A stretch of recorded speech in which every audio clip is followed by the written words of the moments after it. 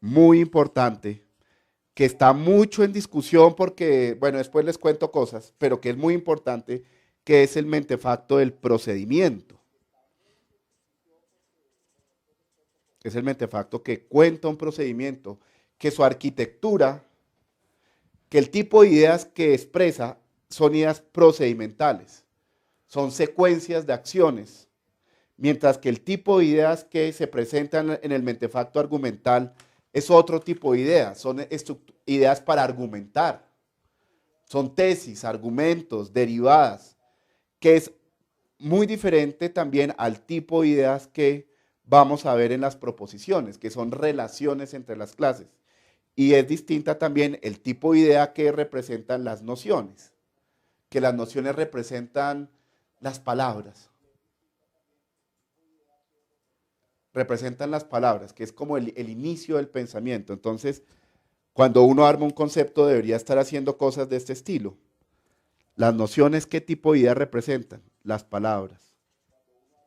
El inicio del pensamiento, el pensamiento simbólico, las palabras. La conexión entre un objeto, una palabra y una imagen mental. La tripleta de la noción. Y así va a ser su forma. Su forma va a ser un triángulo. Un triángulo que conecta en cada vértice la imagen. Les voy a pintar las nociones. Esto nunca sobra pintar esto. Esta es la forma de las nociones. Y como sirve para representar palabras, que serán el origen primitivo de las clases, en las proposiciones, conectan tres cosas: la imagen mental, la palabra y el objeto. Pero bien, hoy no estamos hablando del pensamiento nocional, hoy estamos hablando del pensamiento conceptual.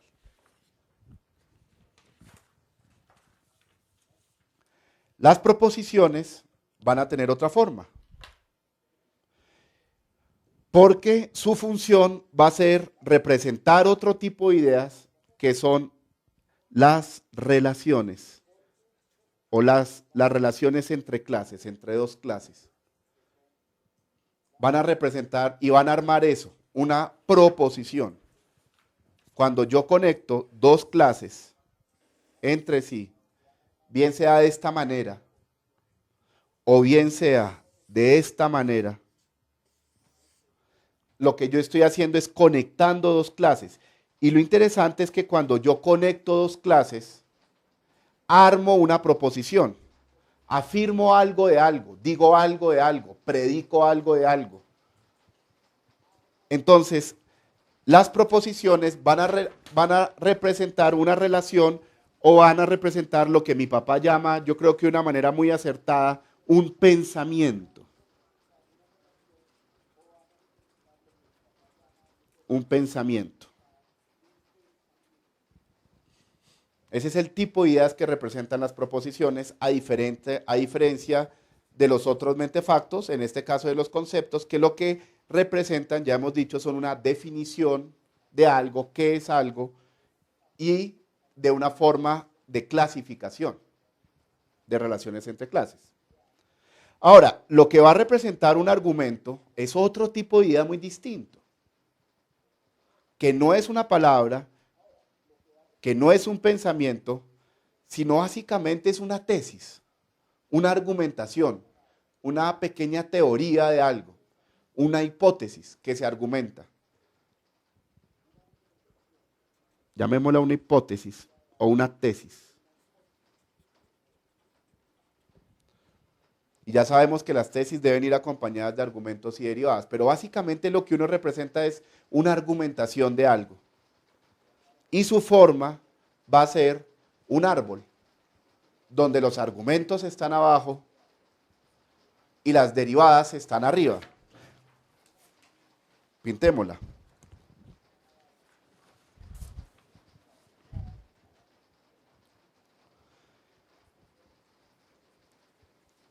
Esta es la forma, básicamente, de las estructuras argumentales. Hay una tesis en la mitad, que es el equivalente a la clase concepto en los mentefactos conceptuales, y esa tesis tiene unos argumentos que la sustentan, que la argumentan, que la hacen verdadera, que la hacen creíble, que la hacen verdadera, que la hacen cierta. Entonces, por eso el juego entre tesis e hipótesis. Una tesis es una hipótesis que hay que argumentar para que se vuelva una tesis. Esa es la idea de esto. Y lo que le dan esa verdad, esa madurez, esa confiabilidad, esa certeza, son los argumentos. Y esa certeza, una vez esté clara y esté fuerte, sirve para sacar otras certezas, para derivar otras proposiciones ciertas, que al derivarse lógicamente de la tesis, tienen que ser ciertas, para derivar otras certezas. Pero hoy no estamos en clase de pensamiento argumental. Entonces esa es la forma de las estructuras argumentales. Representan un tipo de idea, las tesis. Y tienen una arquitectura propia, y tienen una forma propia, y tienen una función propia. ¿Cuál es la función del pensamiento argumental? Más que demostrar que algo sea verdadero o no, eso es como un paso del pensamiento argumental. Realmente lo potente de los pensamientos argumentales es derivar, está en sus derivadas. En lo que uno puede derivar a partir de haber afirmado que algo es verdad. ¿Cómo pondremos eso? ¿Cómo pongo esa isordinada?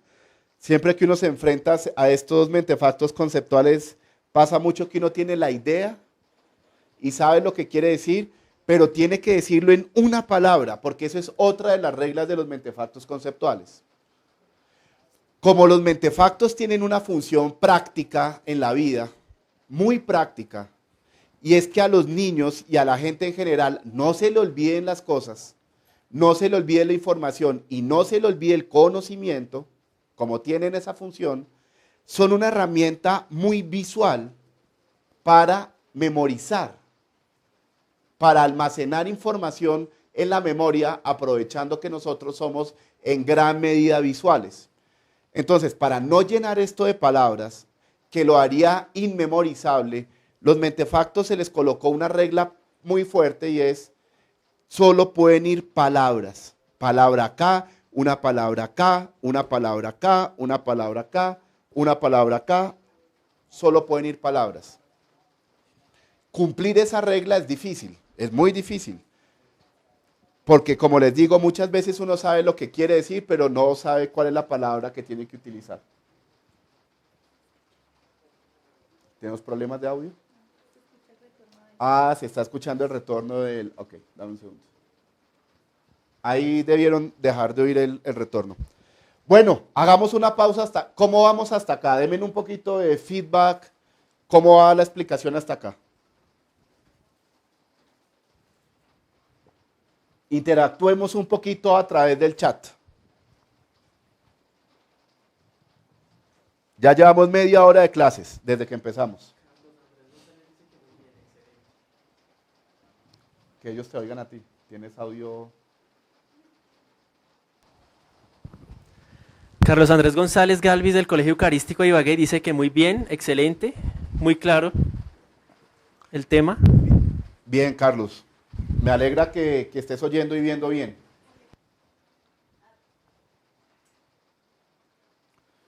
¿Qué otro comentario hay? ¿Qué preguntas hay? No, primero comentarios. ¿Cómo se han sentido hasta ahora en la sesión? Y me gustaría oír sus comentarios sobre la metodología que estamos utilizando.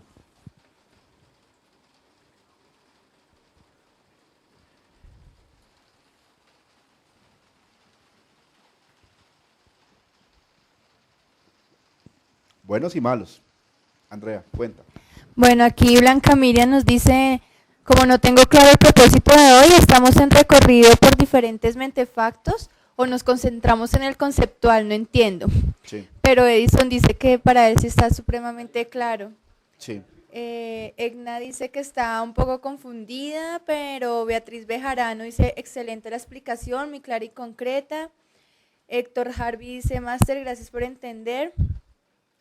Me gustaría centrarse más en el mentefacto conceptual, dice Blanca. Ok. Angélica Maecha, se ha entendido bien. Edison dice, muy didáctica la forma de explicar muy bien. Olga Inés, me gustaría que me aclararan un poco más sobre las infraordinadas. Ok. Listo. Listo, bien. Bien, para las personas que han entendido hasta ahora, me alegra mucho, pero me voy a concentrar en las personas que no han entendido bien qué es lo que estamos haciendo acá. El propósito de la sesión de hoy está enfocado en los mentefactos conceptuales. De hecho, por eso el recurso que estamos utilizando y que estamos construyendo y lo que yo estoy haciendo en este momento es una modelación de cómo funciona el pensamiento conceptual cuando construye un concepto. Que para aprovechar el tiempo de la sesión y repasar muchas cosas importantes de la pedagogía conceptual que ustedes han ido viendo en el diplomado, utilicé el concepto de concepto, pero claro, corremos el riesgo de que nos perdamos. Porque si estoy intentando enseñar dos cosas a la vez y eso se hace solo cuando uno tiene un público muy bueno. Entonces, estoy intentando enseñar el pensamiento conceptual, modelarlo. Esto es una modelación. Con algunas cosas de enunciación, pero es sobre todo una modelación. Bien. Entonces, ¿qué más les puedo decir de los mentefactos conceptuales que ustedes me hayan preguntado? Hablemos un poquito más de las infraordinadas.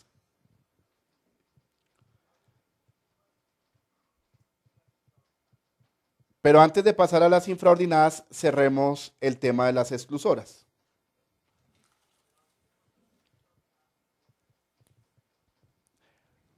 ¿Cuál es el tipo de idea? ¿Cuál es el tipo de idea que se representa en los mentefactos procedimentales? Finalmente, ¿qué es lo que uno representa en un mentefacto procedimental? Sobre eso ha habido mucha discusión, no crean que es tan fácil. Muchas veces hemos llegado a decir, miren, lo que los mentefactos procedimentales representan es una instrucción. Otros dicen, separemos la palabra instruct y pongámosle acción. Los mentefactos procedimentales lo que representan son acciones, secuencias de acciones, pero no solamente son acciones, sino son acciones que una persona o una máquina deberían hacer para lograr un producto. Entonces, en ese sentido no son solo acciones, son instrucciones. Y su propósito, su función es esa, comunicarle a una persona cómo hacer algo. Contestan y vean que es muy diferente la función de los mentefactos procedimentales a la función de los argumentales, a la función de los proposicionales, a la función de los nocionales y a la función de los conceptuales. Su función es explicar cómo se hace algo, no qué es algo, o no qué es verdad, o cómo se relaciona una clase con otra clase. Esa es su función. Darle instruir a alguien. Darle instrucciones. Aquí todavía no sé qué palabra voy a poner bien. Pero sé que esa isordinada, que le tengo que poner una buena palabra, viene de la isordinada de la clase supraordinada función. Bien. Hablemos un poco de las infraordinaciones, que son la otra parte grande del mentefacto. Vean ustedes lo siguiente. Ahí deben estar viendo en su pantalla, déjenme ver, deben estar viendo la mamá,